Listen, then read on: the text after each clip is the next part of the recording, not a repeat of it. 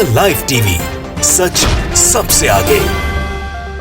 नमस्कार, मैं हूं रंजीत झा और आप देख रहे हैं द लाइव टीवी। आप सब यह रिपोर्ट देख चुके हैं कि ग्लोबल हंगर इंडेक्स में भारत की स्थिति कितनी दयनीय बताई गई है। 121 देशों की रैंकिंग हुई जिसमें भारत को 107वां स्थान मिला है। मतलब साफ है कि भारत में भूखे मरने की नौबत आ गई है। पहले से भी खराब स्थिति में भारत दिखाई पड़ने लगा है। 6 पायदान लुढ़क कर भारत 107वें स्थान पर पहुंचा है। मतलब भूखे मरने की नौबत हमारे देश में आ गई है। और ऐसे में सरकार की आलोचना करने वाले जो पहले खुलकर गले फाड़ फाड़ कर सरकार को ऐसी रिपोर्ट का हवाला देकर कोसते थे, वो अब चुप्पी साधे बैठे हुए। हम बात कर रहे हैं ऐसे गोदी मीडिया पत्रकार की जो पहले खूब चिल्लाते थे, ये क्या हो गया, भारत तो बर्बादी की स्थिति में आ गया, हजारों करोड़ों लोग जो हैं भूखे मरने के हालात में आ चुके हैं। लेकिन अब इन लोगों ने अपने मुंह पर टेप साट रखा है। हम बात कर रहे हैं सुधीर चौधरी की। सुधीर चौधरी अभी ब्लैक एंड व्हाइट शो करते हैं। उनका एक ट्वीट अभी सामने लाया गया है जो 2013 में सरकार की आलोचना करते हुए वह ट्वीट किया गया था। उसमें भी इसी हंगर इंडेक्स की रैंकिंग की बात हो रही है। और 2013 में आप सभी जानते हैं कि मनमोहन सिंह की सरकार थी, यानी कांग्रेस की सरकार थी। सुधीर चौधरी बहुत ही तीखे अंदाज में टिप्पणी करते उस ट्वीट में दिखाई पड़ते हैं। पहले अपने स्क्रीन पर सुधीर चौधरी का वह ट्वीट देखिए और फिर उस पर लोग क्या कह रहे हैं यह भी बताएंगे। साथ ही साथ हम आपको यह भी समझाने की कोशिश करेंगे कि यह सरकार कैसे डबल स्टैंडर्ड अपनाती है। डबल स्टैंडर्ड इस मायने में है कि एक तरफ अगर इनके लिए मीठा मीठा कोई रिपोर्ट आ जाए, मतलब अच्छे रिपोर्ट आ जाए, तो उसे बढ़ा चढ़ाकर तमाम सोशल मीडिया आईटी सेल वाले बढ़ा चढ़ाकर पेश करने लगते हैं। लेकिन जब कोई खराब रिपोर्ट सरकार की आती है, हमारे देश की आलोचना हो जाती है सरकार की गलत नीतियों की वजह से, तो इस रिपोर्ट को मानने के लिए यह सरकार तैयार ही नहीं होती है। तो चलिए सबसे पहले सुधीर चौधरी के उस ट्वीट को ही देखते हैं, 2013 वाला। अभी देखेंगे तो कुछ नहीं मिलने वाला है। अभी सुधीर चौधरी नहीं बोलते हैं, ब्लैक एंड व्हाइट कर रहे हैं। देखिए अपने स्क्रीन पर लिखा क्या हुआ है। दुनिया में भूखमरी के शिकार जितने लोग हैं उनमें से 1/4 सिर्फ भारत में रहते हैं, ग्लोबल हंगर इंडेक्स की ताजा रिपोर्ट के मुताबिक। ये सुधीर चौधरी का बहुत ही पुराना ट्वीट है, 2013 देख सकते हैं इन्होंने ये ट्वीट किया था। अब जो है 2022 में आप अगर ढूंढेंगे तो यह नहीं मिलने जा रहा है। और इसी पर निगार परवीन ने तंज कसा है, वो भी आप अपने स्क्रीन पर देख सकते हैं कैसे इन्होंने सुधीर चौधरी की क्लास लगाई है। पहले जब ग्लोबल हंगर इंडेक्स की रिपोर्ट आया करती थी तब सुधीर चौधरी जैसे पत्रकार देश के भूखों की चिंता में ट्वीट किया करते थे। अब इनका डीएनए पहले जैसा नहीं रहा, ब्लैक एंड व्हाइट हो गया है। ब्लैक एंड व्हाइट शो करते हैं सुधीर चौधरी और इन पर तंज कसते हुए निगार परवीन ने निशाना साधा है। जाहिर तौर पर सुधीर चौधरी से अभी तो उम्मीद की ही जा सकती है। अगर भारत की स्थिति अगर इतनी खराब हो रखी है, बीते 8 सालों में भारत हर मोर्चे पर विफल दिखाई पड़ रहा है, तो ऐसे गोदी पत्रकार खामोश क्यों हैं, क्यों नहीं बोलते हैं, क्यों नहीं सरकार की आलोचना करते हैं।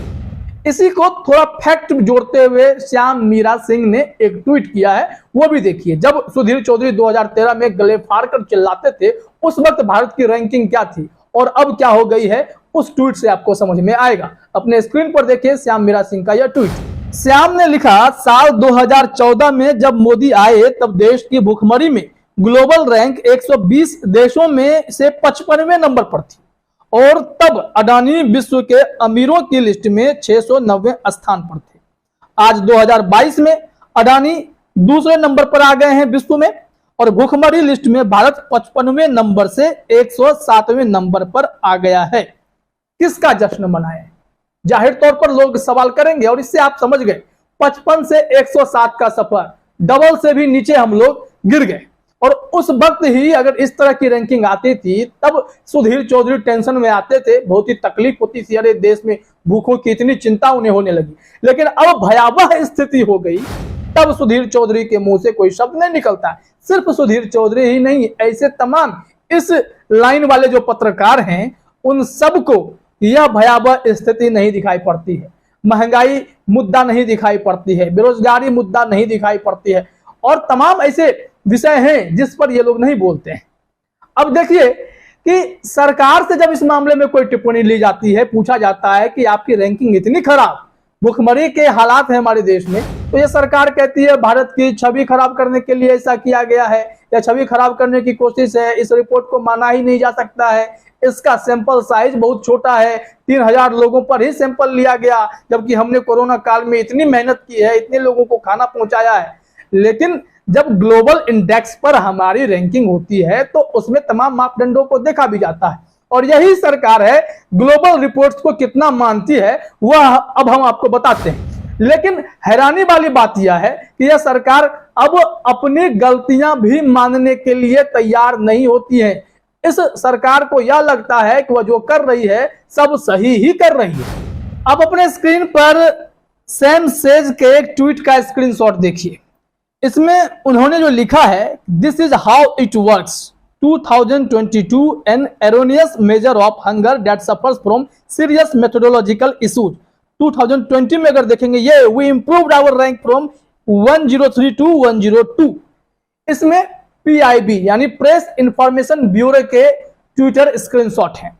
इसमें एक में 2020 में यह दिखाया गया है कि इस ट्वीट में कि India's ranking in the global hunger index 2019 is 102, यानी 2020 में 2019 वाली रिपोर्ट आती है, उसमें बताया गया है कि कैसे 103 से 102 आ गया है। तो सरकार जो है अब खुद की पीठ थपथपा रही है कि हमने बहुत ही शानदार मेहनत की है और भुखमरी सूचकांक में हम अपने रैंक को बेहतर कर पाए। लेकिन जब खराब रैंकिंग आई 2022 में आते आते, यानी 2021 की रिपोर्ट होगी, तो इस रिपोर्ट को यह सरकार जो है एरोनियस बता रही है, गलत बता रही है। इन्हें लगता है कि जिस तरीके से इस रिपोर्ट को तैयार किया गया है उसमें ही बहुत खामियां हैं, यह रिपोर्ट ही गलत है। तो दोहरे मापदंड की जो बात आती है, डबल स्टैंडर्ड की बात आती है, अपने लिए मीठा मीठा है तो सब सही है, तीखा हुआ नहीं कि उसको हम इग्नोर कर देंगे, नहीं, ये हम मानते ही नहीं है, ये बिल्कुल गड़बड़ है, ये गलत है। ये सरकार ऐसा ही करती नजर आई। अरे जब प्रधानमंत्री को विश्व स्तर पर सम्मान लेने की बात आती है तो उसे कितना बढ़ा चढ़ाकर दिखाया जाता है, वो भी हम एक ट्वीट दिखाते हैं, और उस सम्मान की खूब चर्चा होती है। लेकिन वह सम्मान दोबारा फिर किसे मिलता है, वो कौन सा सम्मान था, यह पता नहीं चल पाता। और फिर यह सरकार जो है अब ग्लोबल रिपोर्ट को मानने से ही इनकार कर दे रही है। दुनिया के तमाम देश इनकार कर दिए होंगे, हमारी भी गड़बड़ रिपोर्ट आ गई है, सबकी गड़बड़ आ गई है। ये बेहद ही शर्मनाक है कि खिसियानी बिल्ली खंबा नोचती है और अपनी रिपोर्ट जब आ रहे हैं, खराब रिपोर्ट आ रहे हैं, उसे मानने से इनकार कर देती है। सैम सेज ने ही एक और ट्वीट किया है, उसमें स्क्रीनशॉट है कि कैसे तमाम बीजेपी के बड़े बड़े नेताओं ने प्रधानमंत्री मोदी को कांग्रेचुलेट किया था। First ever annual Kotler award that was never repeated after 2019 historic. मतलब यह सम्मान मिला तो बढ़ा चढ़ाकर दुनिया में पेश कर दिया गया। प्रधानमंत्री को first ever Philip Kotler award मिला है।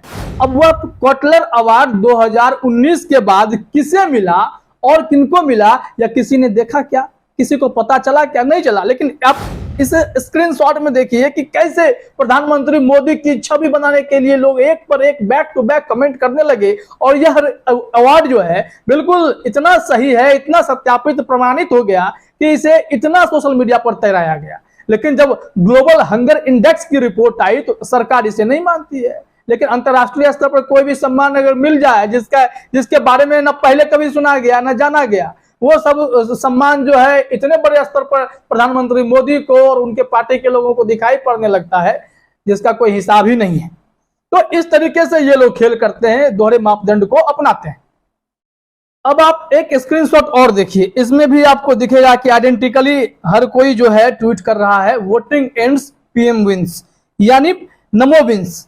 वोटिंग एंड्स नमो विंस, यानी ये वोटिंग है। ब्रिटिश हेराल्ड कोई मैगजीन है, ऐसा मैगजीन जिसके बारे में लोग जानते नहीं है, लेकिन इस मैगजीन के हवाले से कहा गया है कि प्रधानमंत्री मोदी 2019 में दुनिया के सबसे ताकतवर आदमी के रूप में चुनाव जीते हैं, पोल जीते हैं। और इसी को यह हवाला देकर जमकर फिर बीजेपी के नेताओं ने ट्वीट किया प्रधानमंत्री मोदी की तस्वीर को लेकर के।